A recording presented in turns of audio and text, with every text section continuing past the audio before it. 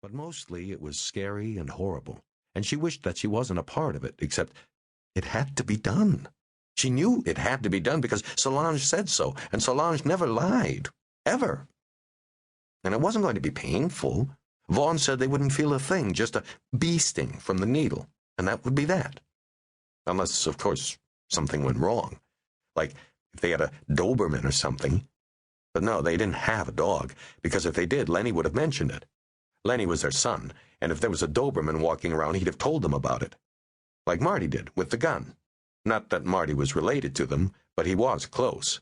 He'd said, "I don't think the old fuck knows how to use it, but he's got a .38 special that he keeps in the vestibule, in a little table just under the telephone. I used to kid him about being strapped, and he'd say, 'What are you talking about? What strap? I don't see any strap.' And the thing is, he wasn't kidding. I mean, like, this guy is living in another century."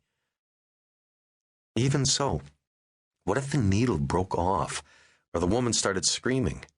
Everything would go real bad, fast. Like with Riff, when she was a kid and the car hit him, and her father tried to put him down with a .22, but he was so nervous he couldn't find the heart, so he just kept shooting. If that happened, or something like that, there'd be blood all over the place, and all over them. And the thing is, legally, what they were doing was murder, which, for someone who'd been brought up Catholic, even if she didn't practice anymore, was about as bad as it gets. Because killing was wrong. She knew that. No ifs, ands, or buts. Killing someone was dead wrong. Unless you were a soldier. And that's exactly what they were. She and Tommy and Vaughn and the French guy in the back of the truck, they were soldiers. Knights, even. Just like in the Crusades. Susanna was thinking about the secret war. Solange's war, her war, when the turn signal began to click and the truck turned down a 2-lane country road, scattering a clutch of deer that were feeding on the verge. A battered U-Haul with Arizona tags, the truck trembled and shook as it rattled over the washboarded lane, slowing down at every letterbox, then speeding up, then slowing down again as the driver hunted for the right address. Finally, the truck came to a stop beside a rusting mailbox. Bergman. For a long moment, Tommy stared at the silvery, stick-on letters, muttering to himself. Then he killed the headlights, backed up, shifted into drive, and, holding his breath, entered the long driveway. Susanna squirmed in her seat and took a deep breath. Exhaling, she made a sort of stuttering sound, then wet her lips with her tongue. The truck crunched slowly over the gravel toward the front porch of a white farmhouse. There, beneath a bower of old walnut trees, Tommy killed the engine, the passenger door opened, and Susanna climbed out. She was, as anyone could see, pretty, young and pregnant, with huge brown eyes and ash-blonde hair.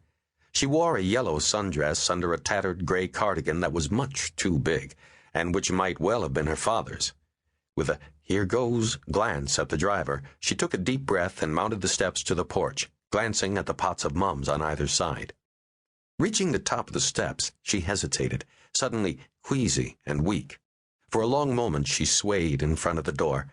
Finally she knocked, ever so softly, secretly hoping that no one was home.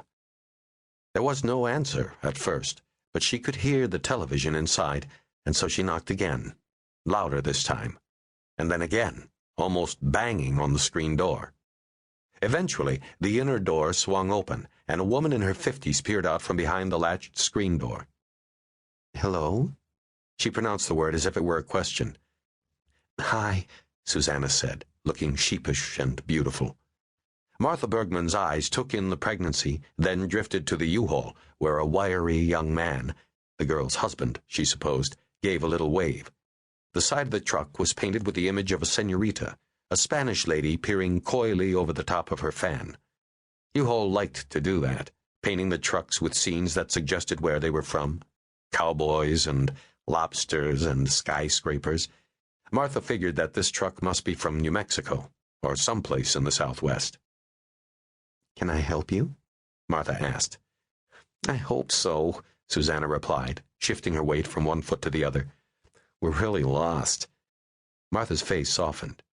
"Where are you looking for?" The girl shook her head and shrugged. "That's the problem. We lost some..."